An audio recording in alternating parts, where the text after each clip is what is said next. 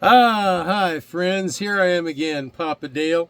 We are doing a rather long series of Bible lessons titled Bible Nutshells. None of them are in great theological depth, but they're nutshells. They're summaries of, about 105 or so of the basic historic Orthodox evangelical teachings of the Christian Church. And so today we're going to talk about God's glory. The title of the series is Bible Nutshells, and so this is nutshell number 34.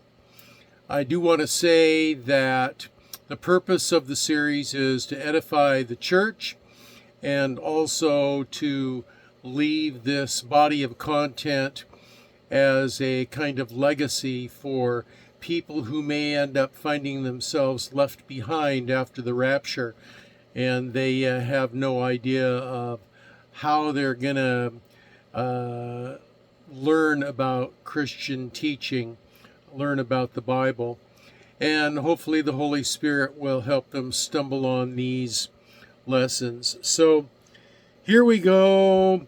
Bible Nutshell number 34. God's glory. In its simplest definition, God's glory is His goodness and greatness revealed in creation. The magnitude of its revelation is always somehow muted to men, however. God is a spirit, John 4:24, and so His appearance is not like anything we can describe. Exodus 33:20 tells us, quote, "You cannot see my face, for no one may see me and live. As sinful human beings, we are incapable of fully seeing God in all His glory." The analogy that I have about that is that the corruption of the human spirit is kind of like a physical body that perhaps is infused with little bits of phosphorus, and if exposed to the air, they just self-ignite and become a flaming conflagration that would just consume a body. And the pieces of sin, the flawed character in our human spirit, I think is perhaps something similar to that. So if we were to actually see God in His perfection, in all His glory, we would probably just burst into flame. That's my analogy anyhow. Yahweh's appearance is utterly unimaginable and too glorious to be safely perceived by sinful man. So He occasionally gives us glimpses that approximate His glorious appearance. The glory of His throne room is one such. Quote, "In the year that King Uzziah died, I saw also the Lord sitting upon a throne, high and lifted up, and His train filled the temple. Above it stood the seraphim. Each one had 6 wings. With twain He covered His face, and with twain He covered His feet, and with twain He did fly." Twain's the old English word for two, by the way. "And one cried unto another and said, Holy, holy, holy is the Lord of hosts. The whole earth is full of His glory." End quote. Isaiah 6:1-3. Anytime the Bible repeats like that, holy, holy, holy, or sometimes Jesus will say, verily, verily, or sometimes God will call a man by name, Samuel, Samuel. It is a literary form in Hebrew that means extreme emphasis. And so when this says, holy, holy, holy is the Lord of hosts, it means it. He is really, really, really holy. So, continuing on. The glory of the Lord is also seen in His actions. Quote, Now the glory of the Lord rested on Mount Sinai, and the cloud covered it 6 days. And on the 7th day Yahweh called to Moses out of the midst of the cloud. The sight of the glory of the Lord was like a consuming fire on top of the mountain in the eyes of the children of Israel. Exodus 24:16 through 17. Children of Israel were at the foot of the mountain looking up, wondering if Moses was going to get burned up there. God's glory is seen also in the way he represents his perfect character. His holiness, quote, "Oh, worship the Lord in the beauty of holiness. Fear before him all the earth. Say among the heathen that the Lord reigneth. The world also shall be established, that it shall not be moved. He shall judge the people righteously. Let the heavens rejoice, and the earth be glad. Let the sea roar, and the fullness thereof." Psalm 96, verses 9 through 11. It also refers to his excellent reputation, and is given as one of the reasons we are to praise his name. Quote, "For the earth shall be filled with the knowledge of the glory of the Lord as the waters cover the sea." End quote. Habakkuk 2:14.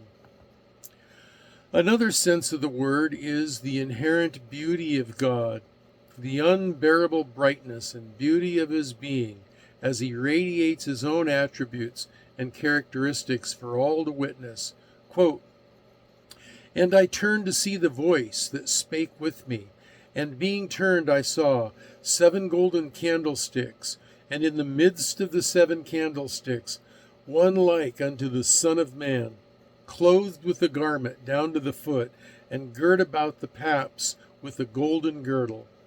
His head and his hair were white like wool, as white as snow, and his eyes were as flame of fire, and his feet like unto fine brass, as if they burned in a furnace, and his voice is the sound of many waters.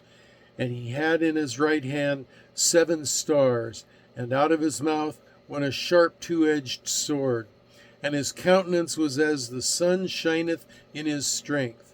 And when I saw him, I fell at his feet as dead." Revelation chapter 1, verses 12 through 17. God is quintessentially unique and infinitely so. No one can ever hope to possess a piece of his glory. The first 3 commandments of the Decalogue make that abundantly clear. 1. Have no other gods. 2. Make no idols. 3. Don't trivialize God's name. God says, "I am the Lord. That is my name. And my glory will I not give to another, neither my praise to graven images." End quote. So God's glory is manifested in his beauteous appearance, righteous actions, perfect holiness, excellent reputation, and unbearable brightness. It's kind of like this.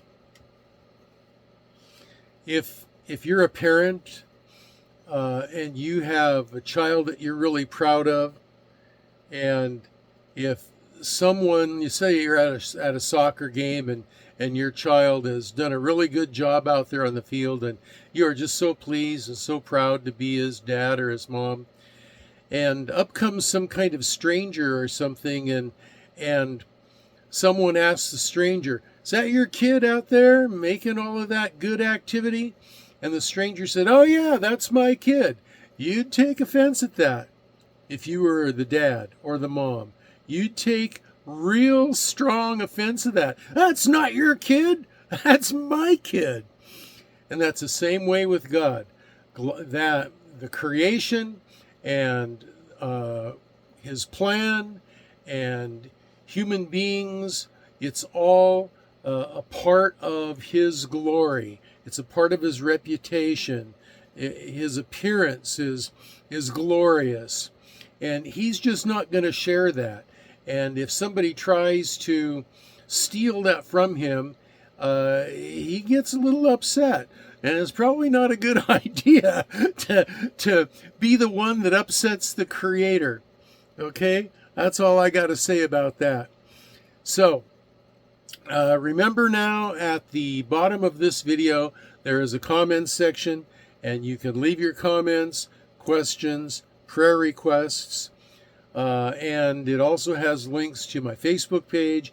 You can click on that and get to my Facebook page where you can leave comments or questions or prayer requests also. And there's also a link that circles back to this YouTube page as well. So the next video coming up, we're in the series of 3 called Creation, and the next video is video lesson number 35, the image of God. Oh, that's a great one, the image of God. And so you'll be real interested in clicking forward and following us with that. So until you do that, until we see you the next time in the next video, let me just say, I really wish for you that you all have a blessed day.